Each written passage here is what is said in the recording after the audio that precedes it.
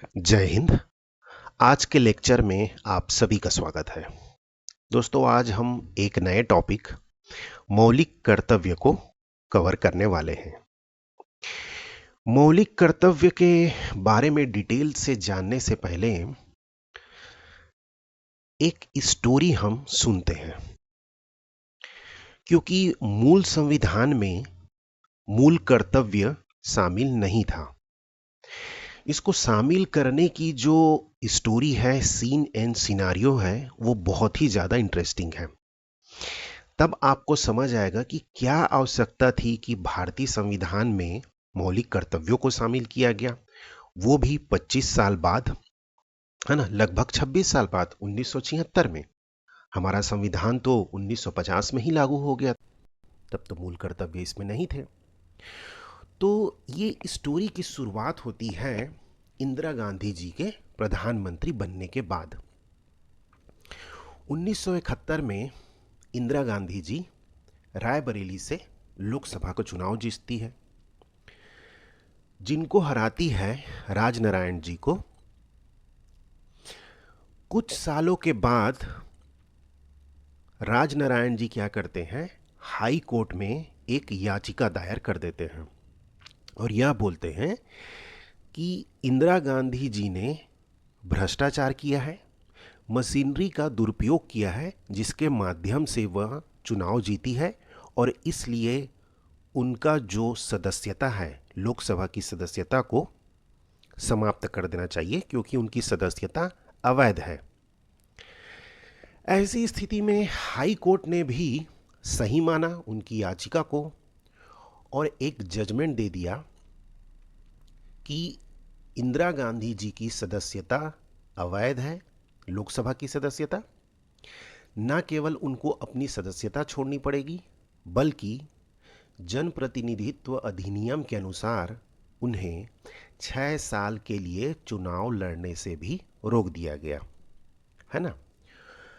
अब धीरे धीरे स्थितियां ऐसी आई कि अब क्या किया जाए। इंदिरा गांधी और उनके बाकी जो सलाहकार थे, उन्होंने सलाह दिया कि आप सुप्रीम कोर्ट जाइए। तो उन्होंने सुप्रीम कोर्ट गए। सुप्रीम कोर्ट ने उन्हें 3 हफ्ते का समय दे दिया कि आप 3 हफ्ते में जिसको भी प्रधानमंत्री बनाना है कांग्रेस पार्टी की ओर से, आप प्रधानमंत्री बना दीजिए, और अपना पद आपको तो छोड़ना पड़ेगा ही पड़ेगा, और 6 साल तक आप चुनाव भी नहीं लड़ सकती। इन 3 हफ्ते में दोस्तों कुछ ऐसा हुआ, फिर कुछ चीज़ें प्लानिंग की गई, और उस प्लानिंग की नतीजा था आपातकाल, इमरजेंसी। क्यों? क्योंकि ऐसी स्थिति हुई, अब धीरे धीरे पूरे भारत देश में इंदिरा गांधी के खिलाफ प्रदर्शन होने लगे। उस समय के नेतृत्वकर्ता थे, विरोधी थे, जयप्रकाश नारायण जी। उन्होंने पूरे भारत देश में घूम घूम करके इंदिरा गांधी के भ्रष्टाचार के बारे में प्रदर्शन करने लगे। पूरे भारत देश में एक आक्रोश का माहौल पैदा करने में वो सफल हो रहे थे। ऐसी स्थिति में इंदिरा गांधी जी ने क्या किया, हमारा जो अनुच्छेद है 352, जिसमें आपातकाल का प्रावधान किया गया है, राष्ट्रीय आपातकाल का प्रावधान किया गया है, उसमें एक वर्ड था पहले, आंतरिक गड़बड़ी या आंतरिक अशांति। इसी के आधार पर ही कि जयप्रकाश नारायण क्या कर रहे हैं, पूरे देश में एक प्रकार से कांग्रेस के विरोध में अपनी आवाज़ रख रहे थे, है ना। तो इंदिरा गांधी जी ने इसको बेस बनाया और ये देखा कि कहीं सेना के द्वारा तख्ता पलट ना कर दिया जाए। पूरे भारत देश की अखंडता, है ना, और प्रभुता, एकता पर भी एक प्रकार से वार होने लगे थे, कभी वो भी स्थिति गड़बड़ ना हो। तो आंतरिक गड़बड़ी को आधार बना करके इंदिरा गांधी ने आपातकाल लगा दिया। कब लगाया? 25 जून 1975 को, और यह 21 महीने तक चला। दोस्तों, ये स्टोरी मैं इसलिए बता रहा हूं क्योंकि इसके बाद ही 1976 में 42वें संविधान संशोधन के माध्यम से मूल कर्तव्यों को जोड़ा गया। जब ये उनका विरोध हो रहा था इमरजेंसी लगाने के बाद, तो और मुखर रूप से विरोध होने लगा इंदिरा गांधी जी का, है ना। बहुत प्रदर्शन होने लगे, इसमें बहुत फेमस आपने कविता सुनी होगी कि सिंहासन खाली करो कि जनता आती है। एक नागार्जुन की प्रसिद्ध कविता है, उस समय के आंदोलन में बहुत बोला जाता था कि इंदू जी क्या हुआ आपको, सत्ता के नशे में भूल गई बाप को। उस समय का बहुत फेमस ये कुछ कोटेशंस थे जो बोले जाते थे। तो देखिए, जब भी केंद्र सरकार या पूरा देश का पावर अब इंदिरा गांधी जी के पास था, अब ये समझिए कि जब भी किसी व्यक्ति के पास एक पावर आ जाता है ना, तो वो अपने निचले यानी पूरे देश के लोगों के ऊपर वो कुछ जोर जबरदस्ती से नियम, उपनियम, विधि को थोपने की कोशिश करते हैं। और उनको जस्टिफाइड भी करना था कि उन्होंने आपातकाल क्यों लगाया। तो ये कहा गया कि उस समय जो स्थिति पैदा हो रही थी वो मौलिक कर्तव्य, मतलब नागरिकों को अपने कर्तव्यों के बारे में तो पता ही नहीं था, है ना। तो ये सभी स्थितियां पैदा हो रही थी। तो जो मूल संविधान में शामिल नहीं था, वो कहा जाता था कि एक बड़ी गलती थी कि मूल संविधान में मूल कर्तव्य को शामिल नहीं किया गया। यानी नागरिकों के क्या कर्तव्य है उनको भी तो पता होना चाहिए।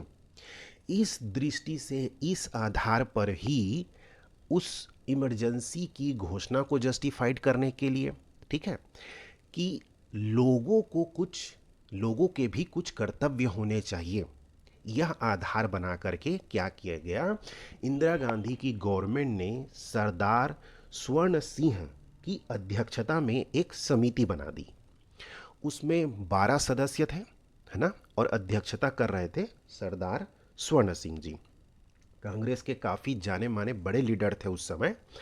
उन्होंने फिर कुछ सुझाव दिया और उन्होंने 8 प्रकार के मूल कर्तव्यों को संविधान में शामिल करने का सिफारिश की। लेकिन इसमें क्या किया गया कि 10 मूल कर्तव्यों को शामिल किया गया।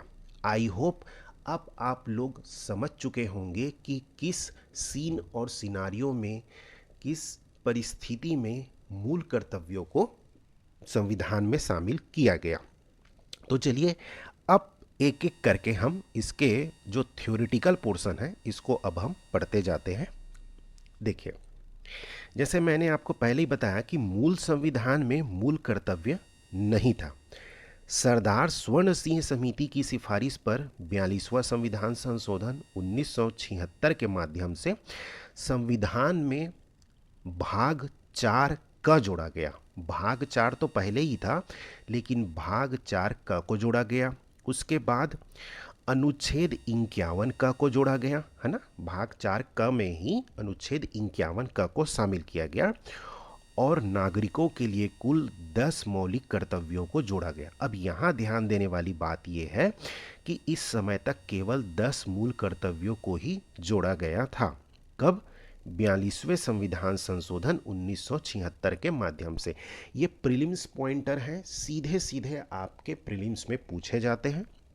या लास्ट ईयर आपने मेंस का जो क्वेश्चन देखा होगा उसमें मूल कर्तव्यों की अवधारणा से संबंधित क्वेश्चन पूछे गए हैं, है ना। और वर्तमान में यह मूल कर्तव्यों की संख्या कितनी है दोस्तों? 11 है। तो 11वां कब शामिल किया गया ये हम देखते हैं। 11वां मूल कर्तव्य अनुच्छेद 51 ट के तहत 86वां संविधान संशोधन 2002 द्वारा जोड़ा गया, ठीक है। और मूल कर्तव्य यदि आप देखेंगे तो जितने भी यूरोपीय देश हैं, है ना, या जो पूंजीवादी देश है, इनमें क्या है, अमेरिका, इनमें मूल कर्तव्य उनके संविधान में नहीं है। ये मूल कर्तव्यों की जो संकल्पना है ना, वो क्या है, जैसे जितने भी जैसे रूस और चाइना, है ना, ये मार्क्सवादी देश है। रूस क्या है? सोशलिस्ट कंट्री है। तो रूस में था उस समय सोवियत संघ जो कहलाता था। तो वहाँ के संविधान से हमने इसको क्या किया है, अडॉप्ट किया है। तो इसे पूर्व रूसी संविधान से प्रभावित होकर लिया गया है। चलिए, अब मूल कर्तव्यों की कुछ विशेषताएं हैं, ये हम जानते हैं। मूल कर्तव्य केवल नागरिकों के लिए है, ना कि विदेशियों के लिए, यानी कि गैर नागरिकों के लिए नहीं है। भाई, हमारा देश है, हम इस देश के नागरिक हैं, तो इस देश के लिए हमारे कुछ कर्तव्य होंगे, है ना। विदेशियों पर यह कर्तव्य नहीं थोपा जा सकता। आई होप यू अंडरस्टैंड कि जो विदेशी हमारे यहाँ घूमने आ रहे हैं, है ना, हमारे यहाँ आकर के कोई बिजनेस कर रहे हैं, तो उन पे हम यह मूल कर्तव्य नहीं थोप सकते। ये सिर्फ और सिर्फ किनके लिए है? मूल कर्तव्य नागरिकों के लिए है, मतलब भारतीय नागरिकों के लिए है, ठीक है। मूल कर्तव्य गैर न्यायोचित है, इनके हनन के खिलाफ कोई कानूनी संस्तुति नहीं है। दैट मीन्स कि मूल कर्तव्यों को एनफोर्स कराने के लिए आप न्यायालय में नहीं जा सकते कि ये मूल कर्तव्य नहीं मान रहा है तो इनके पर दंड होना चाहिए, नहीं जा सकते आप न्यायालय में। जैसे हमने इसके जस्ट पहले भाग 3 पढ़ा, मौलिक अधिकार क्या है, वो न्यायोचित है, उनके लिए आपको गारंटी दी गई है कि सुप्रीम कोर्ट या हाई कोर्ट चाहिए। मूल कर्तव्यों के लिए ऐसी कोई भी कानूनी प्रतिबंध नहीं है। This is not bounded provision in constitution, तो ये बाउंडेड नहीं है हमारे ऊपर, है ना। तो ये क्या है, इनको आप न्यायालय में जा कर के एनफोर्स नहीं करा सकते, इनका प्रवर्तन नहीं करा सकते। ये हो गई इसकी कुछ मूल विशेषताएं।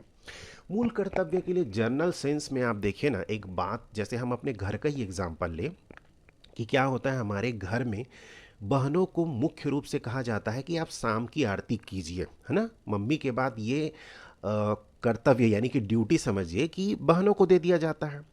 मान लीजिए कि वो पूजा नहीं करती हैं, तो क्या उन पर मतलब क्या उनको मारा पीटा जाएगा? नहीं, उनकी आलोचना की जाएगी कि अरे ये बहुत गंदी है, क्या ऐसा है वैसा है, ये पूजा पाठ नहीं करती, शाम को आरती नहीं। आप उनकी आलोचना कर सकते हैं, है ना। उनको आप सज़ा नहीं दे सकते, दंड नहीं दे सकते। वैसे ही कुछ मामले लड़कों के लिए भी होते हैं। भाई उनको मान लीजिए मूवी जाना है या दोस्तों के साथ खेल खेलने के लिए जाना है बाहर, तो उनको कुछ अधिकार दिए गए हैं, ये आपके अधिकार हैं, ठीक है, लेकिन उनको कुछ कर्तव्य भी दे दिए जाते हैं कि शाम होने के बाद अगर कुछ सामान लेने जाना है कि भाई ही जाएगा, बहन नहीं जाएगी। ऐसे बहुत जगहों पर होता है कि रात के समय बहनों को निकलने के लिए मना किया जाता है, तो भाई ही नॉर्मली जाते हैं, है ना। तो यह क्या है, मूल कर्तव्य है उनका। अब वो नहीं जाएगा तो उनको मारा पीटा नहीं जाएगा, दैट मीन्स ये पनिशेबल नहीं है, और वैसी सरकार की ओर से भी यह पनिशेबल नहीं है। तो अब हम एक एक करके इनको समझते हैं, और बहुत कुछ नहीं है, सिर्फ 2-3 बार आप पढ़ेंगे, बहुत कुछ इसमें समझने के लिए नहीं है, बस रीड करते जाएंगे और ये चीज़ें क्लियर होती जाएंगी। जैसे पहला ही करता है, जैसे अनुच्छेद 51 का के तहत हमने इसको क्या किया है, मूल कर्तव्यों को शामिल किया है। तो उसमें पहला मूल कर्तव्य है, वो कहता है कि संविधान का पालन करें, उनके आदर्शों, संस्थाओं, राष्ट्रध्वज और राष्ट्रगान का आदर करें, ठीक है। निरादर आप नहीं कर सकते, है ना, आपको आदर इसका करना है।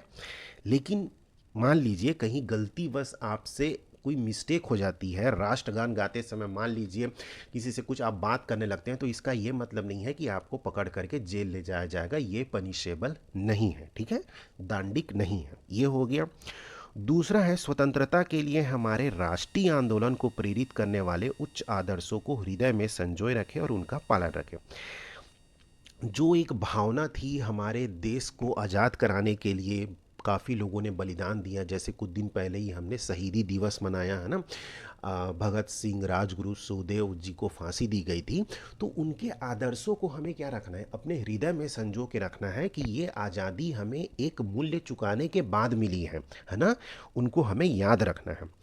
भारत की प्रभुता, एकता और अखंडता की रक्षा करें और उसे अक्षुण्ण रखें। रक्षा करने का मतलब ये होता है कि किसी भी बाहरी जो भी आक्रमण हो रहे होंगे, है ना, तो इनको क्या करना है, हमारे देश का कभी अखंड ही रहे, कभी खंड खंड ना हो सके। जो हमारी एकता है, यूनिटी की भावना है, इसमें कोई प्रभाव, किसी प्रकार का प्रभाव ना पड़े, इसको क्या करना है, हमें रक्षा करना है और अक्षुण्ण बनाए रखना है। अक्षुण्ण का शाब्दिक अर्थ होता है कि खंड खंड नहीं होना चाहिए, अखंडित होना चाहिए। ये हो गया। चलिए, 4th नंबर का कहता है कि देश की रक्षा करे और आह्वान किए जाने पर राष्ट्र की सेवा करे। इस लाइन को पढ़ने के बाद में आपके मन में एक डाउट आना चाहिए कि सर इस लाइन के पहले पार्ट में कहा जा रहा है कि देश की रक्षा करें, और आह्वान किए जाने पर कहा जा रहा है कि राष्ट्र की सेवा करें। ये देश और राष्ट्र में कोई डिफरेंस है क्या? तो देखिए, चलिए, इसका लाइन का अर्थ तो आप समझ गए हैं, थोड़ा सा डिफरेंस क्योंकि आपके माइंड में डाउट आएगा वो हम क्लियर करने की कोशिश करते हैं। राष्ट्र और देश के बीच में अंतर ये है कि राष्ट्र को भाषा, जातीयता, क्षेत्र आदि सामान्य हितों पर आधारित समुदाय के रूप में परिभाषित किया जाता है। दूसरी ओर देश एक संप्रभु राज्य या सरकार वाला भौतिक क्षेत्र होता है ना। मतलब ये है कि राष्ट्र वर्ड से हम ये समझ, जिसको इंग्लिश में हम क्या कहते हैं, नेशन, देश को क्या कहते हैं, कंट्री। तो राष्ट्र शब्द है वो थोड़ा सा क्या है, इमोशनल है, भावनात्मक जब चीज़ें आती है तो हम राष्ट्र का रूप ले लेती है। जैसे जाति, भाषा क्या है, हम एक दूसरे से कनेक्ट करती है। जातीयता क्या है ना, एक दूसरे से हम क्या होते हैं, एक दूसरे को सम्मान करते हैं, जातीयता के उसमें बंधते हैं। क्षेत्र, ये सभी जो कीवर्ड है ये क्या करती है, एक भावनात्मक हमारे रिश्ते को प्रदर्शित करती है। तो राष्ट्र का संदर्भ ये मान के चलिए कि किसी क्षेत्र विशेष में जब भावनात्मक रूप से हम बंधे होते हैं तो वह क्षेत्र राष्ट्र कहलाती है। लेकिन देश का क्या होता है, एक भौतिक क्षेत्र होता है। भौतिक क्षेत्र, जैसे भारत एक देश है, इस देश के अंदर में छोटे छोटे राष्ट्र हो सकते हैं, ठीक है। देश का मतलब यह है कि आपका एक भौतिक बाउंड्री है। यह बाउंड्री कहाँ लगती है, पाकिस्तान इधर है ना, नेपाल इधर, बांग्लादेश। तो ये क्या है, एक बाउंड्री हमने बना दी। और पूरे विश्व में जैसे जो हमारा यूनाइटेड नेशन है, इसमें क्या किया जाता है कि देश के रूप में, कंट्री के रूप में वहाँ मान्यता प्रदान की जाती है, ठीक है। तो ये समझा आपने, एक भावनात्मक रूप को प्रदर्शित करता है और देश दूसरा भौतिक रूप को प्रदर्शित करता है। एक राष्ट्र के पास एक संयुक्त सांस्कृतिक पहचान होती है, जबकि एक देश के पास एक ही राजनीतिक शक्ति होती है। क्या हम सांस्कृतिक रूप से भारत एक है क्या? नहीं, हमारे यहाँ तो अलग अलग प्रकार की संस्कृति है ना, विविधता का देश कहा जाता है हमें। लेकिन राजनीतिक रूप से तो हम एक है। कोई राज्य ये कहे कि मैं भारत से बाहर हूँ तो नहीं हो सकता, वो भारत का ही इंटीग्रल पार्ट है ना। अखंड भारत है, भारत का खंड खंड नहीं। तो राजनीतिक शक्ति इसमें होती है। आई होप यहाँ तक आपने देश और राष्ट्र का जो अंतर है मुख्य रूप से आप समझ चुके होंगे, क्योंकि ये कॉन्सेप्ट बहुत दिनों के बाद समझ आता है, या बहुत आप जब मेच्योरिटी के एक लेवल में आते हैं तो आपको ये कॉन्सेप्ट थोड़े से समझ में आते हैं। चलिए, पांचवा पॉइंट ये कहता है कि भारत के सभी लोगों में समरसता और भ्रातृत्व की भावना का विकास करें, जो धर्म, भाषा और क्षेत्र या वर्ग पर आधारित सभी भेदभाव से पर हो, और ऐसी प्रथाओं का त्याग करे जो स्त्रियों के सम्मान के विरुद्ध हो।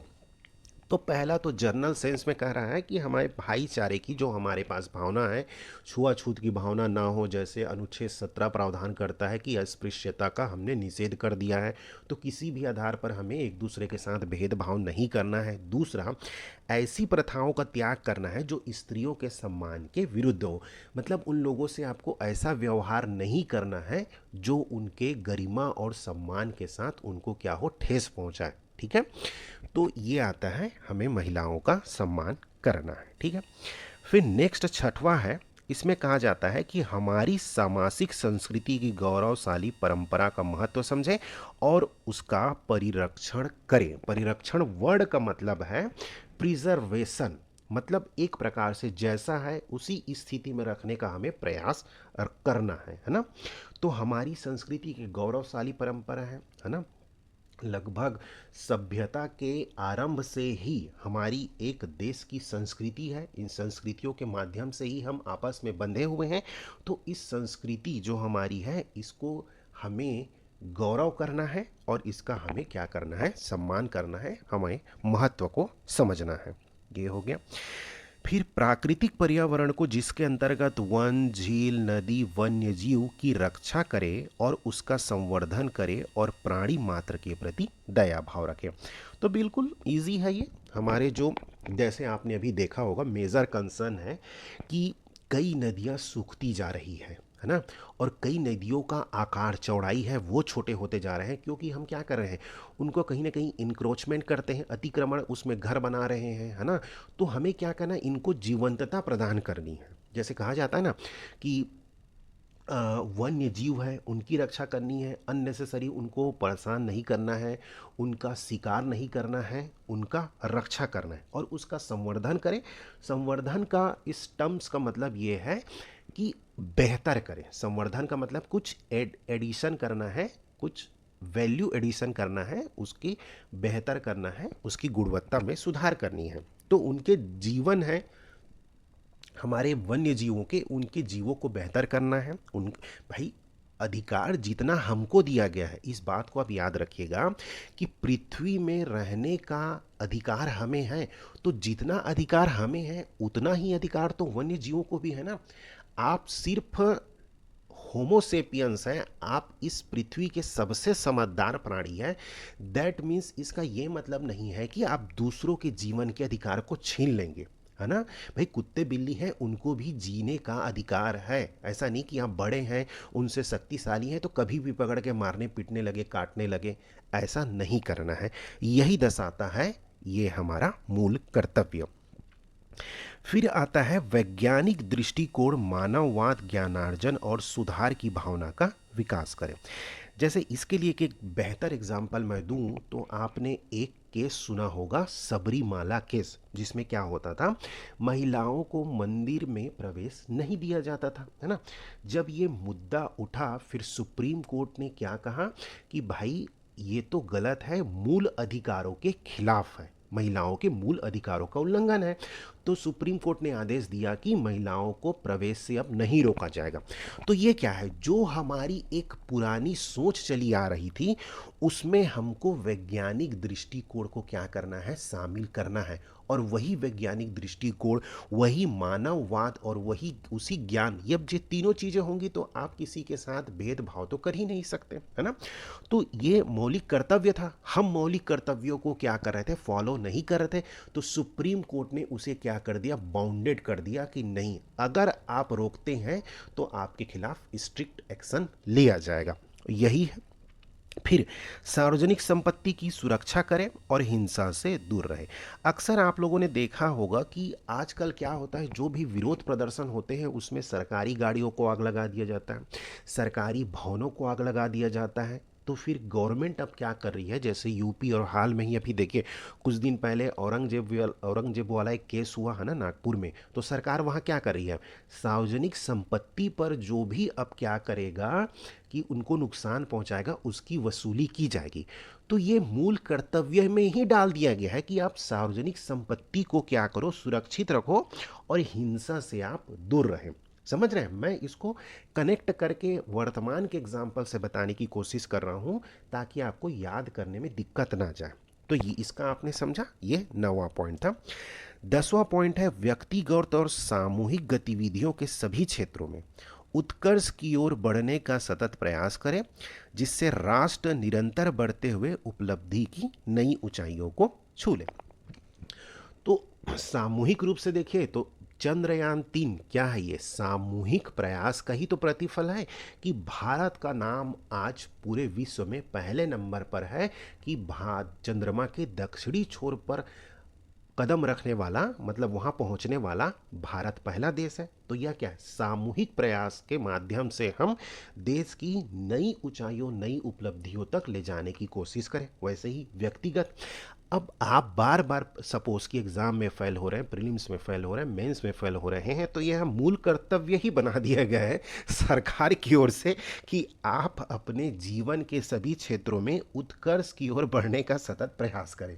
अब जब भी आपको लगे कि मैं हार रहा हूँ तो आप इस बात को याद रखिएगा कि मूल कर्तव्य के पॉइंट 10 में यह कहा गया है कि सरकार ने मुझे कहा है कि मुझे निरंतर प्रयास करनी है। चलिए, ये भी आपने समझा।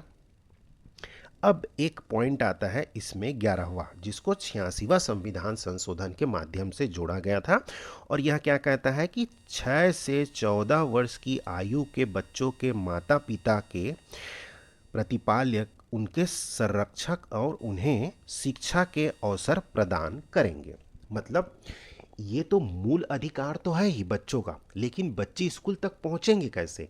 तो हमारे जो पेरेंट्स हैं, गार्जियन हैं, है ना, उनको यह मूल कर्तव्य है कि वो बच्चों को स्कूल तक पहुंचाए, क्योंकि सरकार उन्हें फ्री में पढ़ा रही है। निःशुल्क एवं अनिवार्य शिक्षा का प्रावधान 21A के तहत हमने देखा।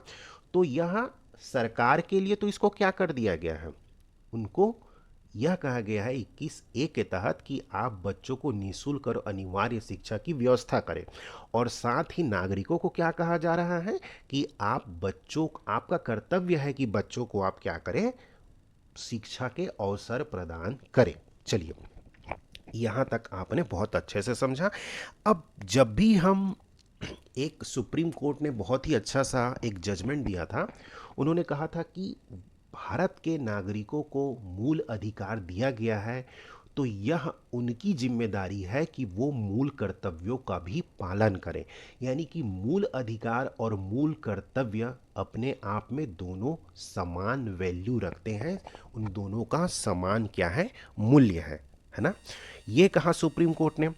तो अक्सर एग्जाम में कुछ क्वेश्चन पूछ लिए जाते हैं कि मौलिक अधिकार और मूल कर्तव्य के बीच कुछ अंतर हमें बताइए। तो देखिए, मौलिक अधिकार क्या है? यह नागरिकों एवं गैर नागरिकों दोनों को प्राप्त है। जैसे आपने देखा कि अनुच्छेद 21 है ना, वो क्या है, नागरिकों और गैर नागरिकों दोनों को प्राप्त है, विदेशियों को प्राप्त है। मैंने आपको एक टेबल फॉर्म में दिया ही हुआ है, उसको एक बार आप देखिएगा। जैसे एग्जाम में आप लिखे ना, तो यहाँ पे उदाहरण करके आप लिख देंगे, तो आपकी जो आंसर है वो बहुत ही ज़्यादा अट्रैक्टिव हो जाएगी। यहाँ उदाहरण करके डाल दीजिए, जैसे कि अनुच्छेद 21 दोनों को प्रदान किया गया है ना। और यह मौलिक कर्तव्य क्या है, केवल नागरिकों के लिए है, केवल भारतीय नागरिकों के लिए है। ये आपने समझा। दूसरा यड है न्यायपालिका में प्रवर्तनी है और ये गैर प्रवर्तनी है। मतलब ये है कि आप मूल अधिकार का हनन होने पर न्यायपालिका का दरवाजा खटखटा सकते हैं। मौलिक कर्तव्य क्या है, गैर प्रवर्तनी है। मान लीजिए कि आप जानवरों के प्रति हिंसा की एक दृष्टिकोण रखते हैं, तो इस आधार पर आपको जेल में नहीं डाल दिया जाएगा कि आप तो भाई जानवरों के प्रति हिंसा की भावना रखते हैं, जब तक आप कुछ ऐसा कृत्य नहीं करते हैं, ठीक है। तो यह गैर प्रवर्तनी है। सरकार आपको इसमें दंडित तब तक नहीं कर सकती जब तक कि वो क्राइम ना हो। ये हो गया, ठीक। फिर तीसरा है अलग अलग परिस्थितियों में स्थगन, इसका क्या है, संभव है। जैसे इस वर्ड को, इस लाइन को समझने के लिए एक ये देखिएगा कि आपातकाल के समय आपसे मूल अधिकार को छीन लिया जाता है, मूल अधिकार निलंबित हो जाते हैं, है ना। तो अलग अलग परिस्थितियों में स्थगन इनका संभव है, मतलब यह निलंबित हो जाते हैं एज पर कंडीशन। लेकिन नागरिकों पर यह क्या है, नैतिक नियंत्रण है। नैतिक नियंत्रण इन द सेंस कि वह उनके ऊपर निर्भर करता है, वह निलंबित कभी नहीं होता। भाई ये तो हमारे ऊपर निर्भर करता है ना कि हम मूल कर्तव्यों को, उसके लिए कोई आपातकाल की जरूरत थोड़ी ना है, वो तो हमारे ऊपर ही डिपेंड करता है, तो वह निलंबित कभी नहीं होता, ठीक है। तो इसके लिए कोई स्थिति नहीं है।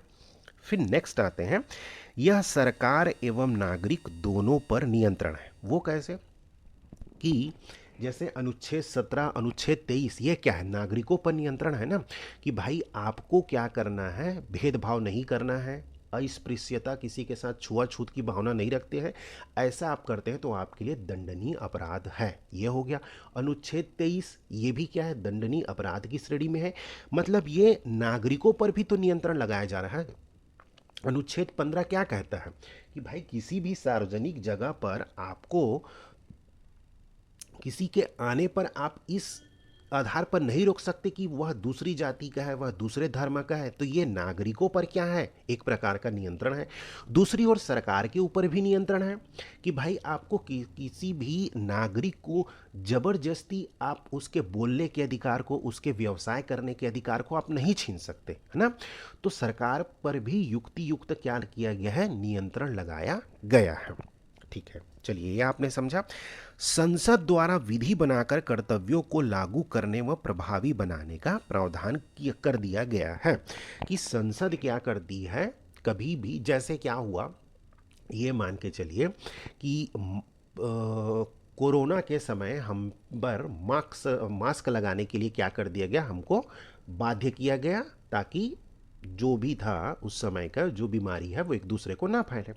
तो ये कर्तव्य था, उसको बाउंड कर दिया गया, समझिए, है ना। तो उसी प्रकार से क्या है कि कोई भी कर्तव्य को सरकार जब चाहे तब कोई विधि बना करके उसको बाउंड बना सकती है प्रभावी करने के लिए, लेकिन वर्तमान में ऐसा नहीं है। जैसे वन्य जीवों की सुरक्षा के लिए बहुत सारे कानून बनाए गए हैं कि भाई जो विलुप्ति पे कगार पर बैठे हैं, खड़े हैं, उनका आप शिकार नहीं कर सकते, है ना। हाथियों का आप शिकार नहीं कर सकते, शेर बाघ इनका शिकार नहीं कर सकते, और ये मूल कर्तव्य भी है हमारे। लेकिन सरकार ने उसको प्रभावी बनाने के लिए क्या कर दिया है, कुछ कानून भी बना दिए हैं। तो इस प्रकार आपने देखा मूल कर्तव्यों के बारे में। चलिए, अब आज हम आपके लिए क्वेश्चन लेकर आए हैं। यदि आप मेंस की तैयारी कर रहे हैं इन फ्यूचर, अभी जून में आप मेंस का एग्ज़ाम देने जाने वाले हैं, तो हम क्या कर रहे हैं, आपके लिए हर सेशन में एक मेंस का क्वेश्चन लेकर आते हैं। तो चलिए, ये मेंस के क्वेश्चन को डिस्कस करने से पहले मैं आपको एक छोटा सा टॉपिक भी डिस्कस करने वाला हूँ, जो जून में मेंस का एग्ज़ाम देने वाले हैं ऐसे बच्चों के लिए। हाल ही में अभी आपने देखा होगा कि हमने जस्ट इसके पहले भाग 3 में वाक और अभिव्यक्ति की स्वतंत्रता अनुच्छेद 19 के बारे में पढ़ा, मतलब फ्रीडम ऑफ स्पीच के बारे में। तो कुछ मेजर अभी टॉपिक चल रहे हैं, जैसे एक आपने देखा होगा इंडियाज गॉट लेटेंट, है ना। रणवीर अलाहाबादिया का जो स्टेटमेंट था वो क्या था, अपने आप में अनुच्छेद 19 का क्या था, उन्होंने क्या किया था, उसकी अवहेलना की थी। भाई, आपको फ्रीडम ऑफ स्पीच में बोलने का अधिकार है, लेकिन ऐसा कुछ भी बोलने का अधिकार नहीं है जो समाज को क्या करता हो, गलत तरीके से इंगित करता हो, है ना। ये हुआ। फिर दूसरा आपने देखा होगा अभी जस्ट नेशनल न्यूज़ में बना हुआ है एक कुणाल कामरा का भी स्टेटमेंट। तो ये कभी क्या, ये अनुच्छेद 19 के तहत ही तो बोल रहे हैं, लेकिन क्या आपको कुछ भी बोलने का अधिकार है, नहीं ना। तो इन दोनों पॉइंट ऑफ व्यू से आपको क्या करना है दोस्तों, कि अभी मेंस के एग्ज़ाम के लिए इस टॉपिक को प्रिपेयर करना है। पूछ लिया जाएगा सीधे सीधे आपसे कि अनुच्छेद 19 के तहत वाक एवं अभिव्यक्ति की अवधारणा को समझाइए, ठीक है। तो ऐसे कुछ एग्जाम्पल्स दे देंगे ना आप, तो आपका आंसर है बहुत ही ज़्यादा डायनेमिक और अट्रैक्टिव हो जाएगा। ये लगेगा कि बच्चों को सिर्फ किताबी ज्ञान नहीं है, वो करेंट सिनारियो से अवेयर भी है ना। और ऐसे प्रश्नों की पूछे जाने की संभावना बढ़ जाती है, क्योंकि CGPSC now transforming to dynamic situation, है ना। तो वो खुद अपने आप को क्या कर रहे हैं, डायनेमिक बना रहे हैं, क्वेश्चन से हमें लग भी रहा है। तो ये आपको जस्ट बताना था, इसकी आप प्रिपरेशन कर लीजिएगा। चलिए, आज के लिए आपका क्वेश्चन है कि भारत के संविधान की प्रकृति की अवधारणा को समझाइए, और ये आपको 100 वर्ड्स में लिखने की कोशिश करनी है, और 10 मिनट में आप करिएगा, ताकि एग्ज़ाम में आप 5 मिनट में लिख सकें। दूसरा, इंग्लिश मीडियम के लिए है, explain the concept of the nature of the constitution of India. Concept को समझाना है, किसके, nature of the constitution of India को, ठीक है। कोशिश करिए, अभी स्पीड बढ़ाइए, अभी क्वालिटी पर ध्यान मत दीजिएगा। आई रिक्वेस्ट टू यू, कम से कम 1 महीने कम से कम आप स्पीड बढ़ाते रहिए। देखिएगा धीरे धीरे आपका टाइम रिड्यूस होते जाएगा, 10 मिनट से 8 मिनट, 7 मिनट ऐसे आएंगे, और धीरे से आप क्या करेंगे, वह स्थिति पर पहुंच जाएंगे जैसे कोई अच्छा हिंदी मीडियम का लिखने वाला बच्चा 1 मिनट में 25 से 30 शब्द लिख लेता है, तो आप भी उस लेवल पर आसानी से पहुंच सकते हैं। इंग्लिश मीडियम वालों के लिए थोड़ा सा यह अच्छा हो जाता है कि वो मात्रा नहीं लगाना है, उनको लाइन नहीं खींचनी है, तो वो हमसे हिंदी मीडियम वालों से थोड़ा सा स्पीड लिखने की उनकी एबिलिटी होती है। तो थैंक यू सो मच दोस्तों। नेक्स्ट सेशन में हम DPSP पढ़ेंगे और आपके लिए मेंस का क्वेश्चन भी लेकर आएंगे। तब तक अपना बहुत ख्याल रखिए। जय